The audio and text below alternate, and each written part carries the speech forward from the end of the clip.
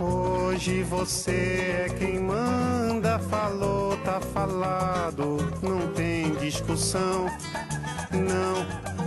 A minha gente hoje anda falando de lado e olhando pro chão. Amigos do Tricolor.com, hoje eu estou aqui invadindo o estúdio do Panorama Tricolor, atrapalhando o programa que os caras estavam gravando aqui, para poder fazer uma entrevista com Paulo Roberto Andel sobre o livro Pagar o quê?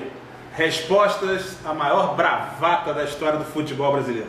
Lançamento? 28 de janeiro, Livraria Books, Espaço Itaú de Cinema, Praia de Botafogo, 186.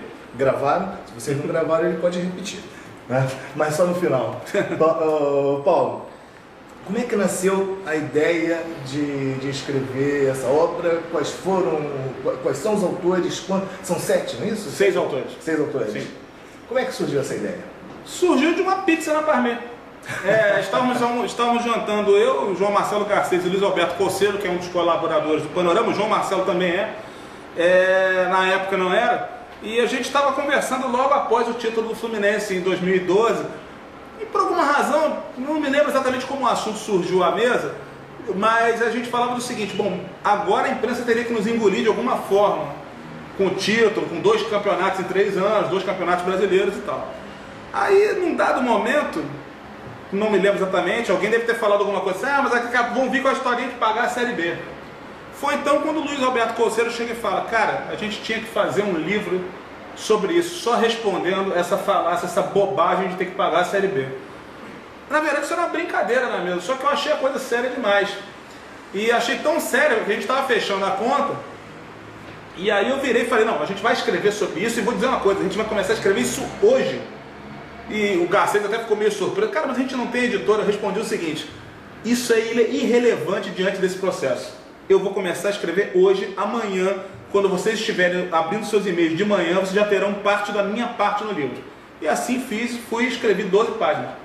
Então, quando chegamos no dia seguinte, aliás, já ficaram... pro Paulo, acho que foi ato falho, eu nem apresentei o entrevistado, mas Pois todo mundo conhece, na comunidade tricolor, Paulo Roberto Andel, autor de vários Para livros. alguns é Andel, mas está liberado, até para os bobocas. É porque o Andel fica mais fácil fica mais tranquilo. de falar, né? Fica mais tranquilo. Questão.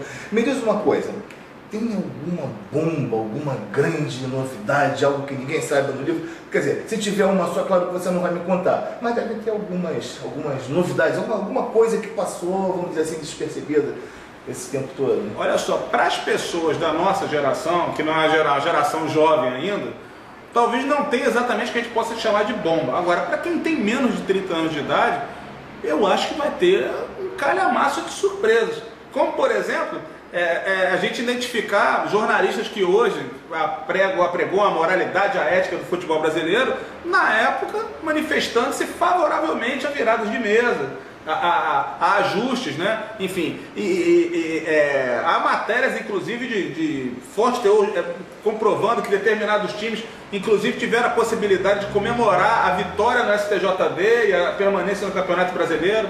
O que a gente tentou fazer, como eu ia emendar do que a gente falou antes, no dia seguinte eu comecei a escrever, imediatamente o Garcês se mobilizou e o Coceiro também começou, e a gente pensou: bom, vamos trazer mais pessoas para o nosso grupo. Então trouxemos César Santa Ana, que é um professor universitário, um doutor em antropologia, Marcelo Janot, que inclusive hoje é a nossa figura mais midiática, crítico de cinema. Inclusive, se eu não me engano, no Redação Esporte TV. Foi lá atender os humoristas. E também temos o Walterson Botelho, que escreveu o grande livro sobre Valdo Artilheiro no ano de 2013. Grande Valdo. Então, sentamos a mão, deixamos tudo pronto em abril, mas aí problemas diversos relacionados ao lançamento, problemas com a editora, foram adiando sucessivamente o lançamento. Depois a gente pensava em lançar na Bienal, acabou não acontecendo. Bom, e aí vem o final do ano. Quando chega no final do ano, a derrocada do Fluminense no Campeonato Brasileiro nos preocupou muito, embora o argumento do livro fosse extremamente válido, porque ele remete a uma história de quase 30 anos no futebol brasileiro. Bom, aí entramos conversamos com a editora. Logo depois do fim do Campeonato Brasileiro aconteceu esse escândalo, que eu acho que a gente vai falar depois, né, sobre o caso Flamenguesa. E imediatamente nós entendemos que era necessário fazer uma revisão de parâmetros e uma atualização do livro. Então o livro conta ainda com acho que 30 ou 40 páginas a mais, contando essa história, quer dizer, um livro que sai atualizadíssimo. Já os entrou em 2013. Já entrou com 2013, 2014, já aparecendo firmemente, porque a gente tinha que contar mais essa história, mais essa distorção que foi bancada pela parte marrom da imprensa esportiva do Brasil. Faz um resuminho pra gente do que aconteceu em 96. Alguma coisa relativa a um tal cheque do Bahia? Não. O resumo da ópera é simples, né? Para quem quiser pesquisar a respeito, existe farto material na Biblioteca Nacional, talvez haja arquivos em vídeo a respeito, né?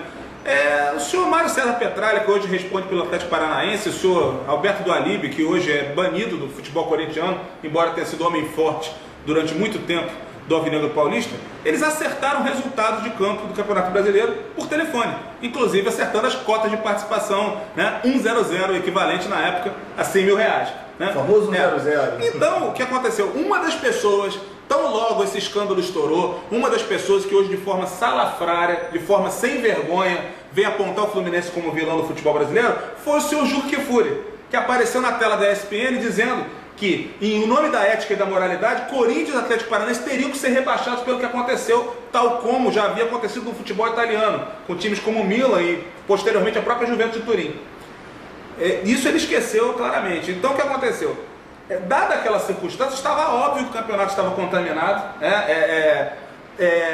A gente vai falar do Bahia também, que tem uma história muito boa. Isso ocorreu já em 97. Isso aconteceu em 97, mas eram negociações de 1996. Essas tramóias foram feitas em 1996 e divulgadas só meses depois. Em paralelo, na penúltima rodada do Campeonato Brasileiro de 1996, acontece uma das maiores coincidências da história do futebol brasileiro, só superada por essa recente de 2013, que foi o Flamengo, né, o Clube de Regatas Flamengo, glorioso, né, impoluto, bastião da ética e da moralidade, resolveu mandar um jogo decisivo contra o Bahia, time que lutava com o Fluminense para escapar do rebaixamento, em São Januário. Acreditem se quiserem, o Flamengo levou seu jogo para São Januário. E mais tarde a gente consegue entender o porquê. Tinha o claro intuito de que sequer sua torcida participasse do que ia ser feito. Dentro de campo, o Bahia venceu a partida por 1-0, numa das atuações consideradas, inclusive em poucas linhas de jornais, como das piores da história do Flamengo. E claro, o Flamengo não tem participação direta no rebaixamento do Fluminense em 1996, mas tem indireta. Ele infringiu claramente as regras do jogo ao claramente entregar uma partida para um adversário direto do Fluminense na luta contra o rebaixamento. Aliás, algo que também era passível de ser levado aí sim pro tapetão. Sem dúvida. Né? Na verdade, essa história toda só estourou porque o Bahia precisava vencer seus jogos descaradamente e em seguida venceu uma partida contra o Vasco num gol completamente irregular a 3 minutos do fim da Fonte Nova. Isso enfureceu a quem? Eurico Miranda. Eu lembro desse jogo.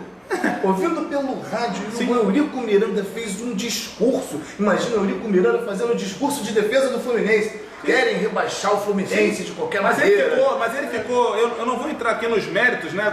Porque, enfim, o Eurico Miranda tem fãs e desafetos em escala continental.